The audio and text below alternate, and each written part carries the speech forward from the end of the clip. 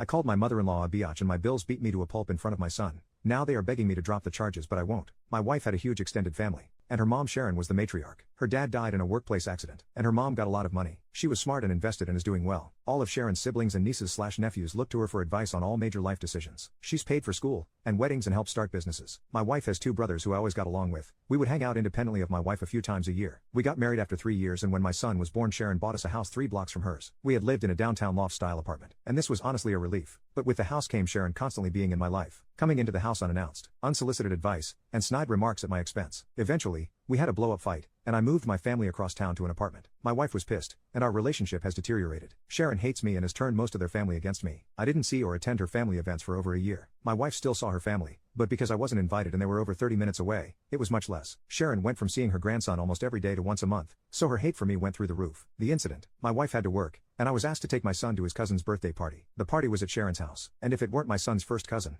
I would have said no. It was tense the moment I walked into the house. The father of the birthday boy greeted me, but no one else spoke to me. I didn't mind and sat in the corner on my phone. This pissed off Sharon because I was being rude. An argument ensues, and I announced that I'm leaving with my son. Sharon said, "You can go but my grandbaby is staying." At this point, I lost my cool and started cursing her out. I woke up on the front lawn. Apparently, my 2 brothers-in-laws beat the poop out of me in front of my kid. 2 of her cousins were helping me up and told me just to leave. I immediately called the police and said I was assaulted and my child was kidnapped. Police came, and both brothers were arrested. Sharon lost her poop on the police, and my wife drove up as her mother was being arrested for refusing to release my son. Her mom was eventually released, but her brothers were arraigned on assault charges. The father of the birthday had an assault charge from college, so he is facing some serious consequences. My wife is mad at everyone but asked me to drop charges. I not only refused but got retraining orders for all 3 of them. Her mother isn't allowed to be near our kid, and her brothers have court dates early next year. Last month she moved out of the house, and we are now headed for divorce. Yesterday she came with one last offer, for us to move cities and start over, but only if I drop the charges on her brothers and remove the restraining order on her mom. I told her I would think about it, but I think I would rather get divorced. I want to keep my family, but I don't believe she'll ever abandon her family for me. If I drop the charges now, I doubt I can return them later. Am I the a-hole here for not trying to save my family? I don't think anyone is evil in this situation. Everyone loves Sharon and her advice except me. She's not mean,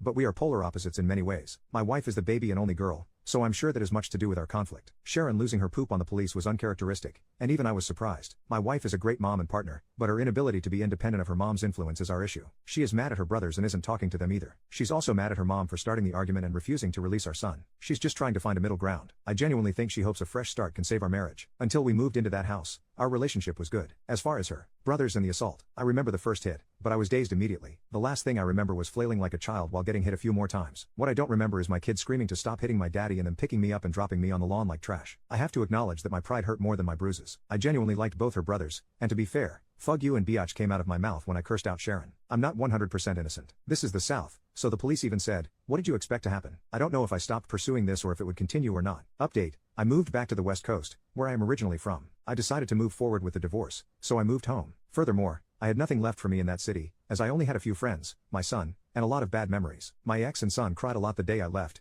and that hurt my soul, but it was best for all parties involved. So I moved back home to be around my family and my support system. I got a good paying job, and I'll be subletting a 2-bedroom apartment starting next month. My son spent the holidays with me and I plan to see him on Easter. Going forward and laid out in our custody agreement, my son will stay with his mother until he is 12. I'll get him Easter and summer, and we'll switch Christmas and Thanksgiving every year. When he's 12 and needs a father figure, he'll come live with me until he is 18. I talk to my son every day on the phone for at least an hour, and I'll try to fly out there a few times a year. I can't shake the feeling that a piece of me is missing and wish it was just my son, but I miss my wife too, my ex-wife, so the divorce is basically settled, and I obviously didn't move away with her. In the end, she saw my post, saw the comments, and realized that she shouldn't have asked me to stop pursuing the case. She asked again, saying we could move and just get away from her family. Too much had happened, and our relationship was a shell of what it was. We both said and did things we forgave but can't forget. I wish this was a movie, and I could just say love conquers all, or fug her. She is evil, but that isn't real life. I'm torn between loving this person and knowing we aren't right for each other. While she didn't want to move forward with the divorce, she didn't fight me on it either. We were able to settle everything without lawyers and only use them for paperwork and fine details. We talk daily because of our son, and she says she is doing well, but the last time I FaceTimed her, I can tell she isn't eating. My sister said it's post-breakup hotness, whatever that means, but she looks sicker than hot. She hasn't spoken to her brothers since that day and blames them for a lot of what happened. She and Sharon's relationship is also very strained, and they barely talk as well. Ironically, she is hardly speaking to the family she was so desperately trying to keep together. I honestly wish she would talk to her family again because I worry about her a lot. People were very mean to my ex-wife, saying she was a terrible mother and wife. I think she lives for and would die for her family, and all her actions were to keep us together. She told me her two biggest regrets were moving into Sharon's house and moving out of our apartment. Those two actions caused most of our problems. She is a great mother to my child, and I will always have her back. The brothers, I didn't expect much as far as punishment in this case. They both pleaded out to a simple assault, which only had minimal consequences. Both brothers spent a night in jail, got fines and anger management. The older brother had a prior incident that I mentioned in the earlier post. It was a bar fight in his early 20s,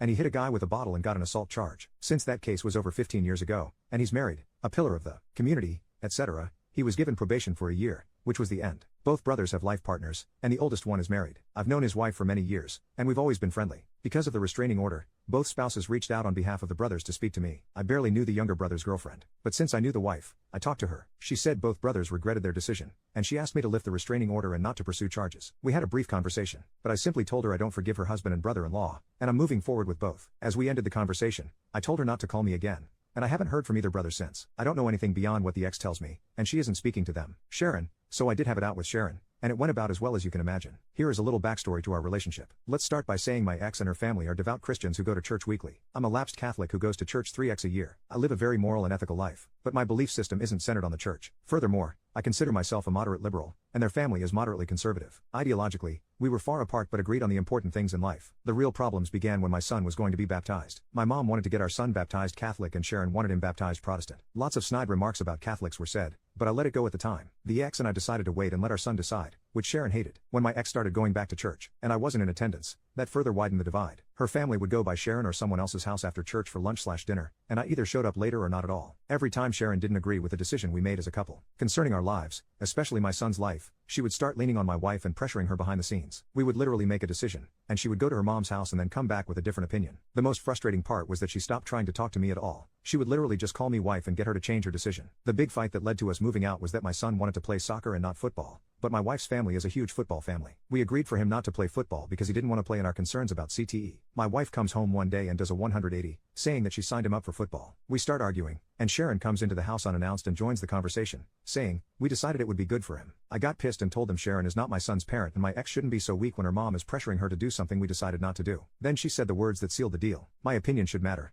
I bought the house. I started looking for a new apartment that night and never looked back. So when we talked, and neither of us raised our voices, it wasn't a nice conversation. I started and apologized for calling her a bee-atch, and she apologized for trying to keep my son without my permission. She flat out told me she wished my daughter had never met me and that I'd ruined her family. Her sons have criminal records now, and it's all my fault. She then started crying about not seeing my son and how she lost her only daughter. I told her she was manipulative and used her money to control the family, that she only didn't like me because she couldn't control my decision like her weak-willed family. I also told her she consistently overstepped her bounds regarding my child and marriage, and she put her selfish interest ahead of her daughter's happiness. After spending an hour, calling each other assholes in different ways, we ended things in the same place. In the end, I told my ex her mom could see my son because Sharon loves him unconditionally, and he loves her. Call me stupid, but family is a big part of your upbringing. My mom isn't around him enough, and every child needs a good grandma. The ex said she has been to a few family situations that were hard to avoid, but she leaves when her brothers come, and my son doesn't leave her side. Sharon has seen my son, and he has played with his cousin, but she's keeping him from the family for the time being. My son, he's having a hard time with everything. It's not the fight. He thinks we were wrestling. He misses me a lot and cries on some of our phone calls. He's in therapy, and all the sessions are about missing his dad and why we can't live together. It's been a few months, and it's slowly getting better, but we ruined his childhood, and I take my share of responsibility for that. Conclusion: in the end, everyone in their family read the original post, but because of divorce and assault cases, no one directly contacted me other than my ex. It wasn't a hit, to say the least, but I only care that it hurt my ex's feelings. I think seeing everything written out from my perspective opened her eyes. Obviously, some things were left out, and broad strokes were made to explain complex situations. In the end, she said I didn't lie, but she thinks I painted her family in a horrible light. We thought about writing a joint update,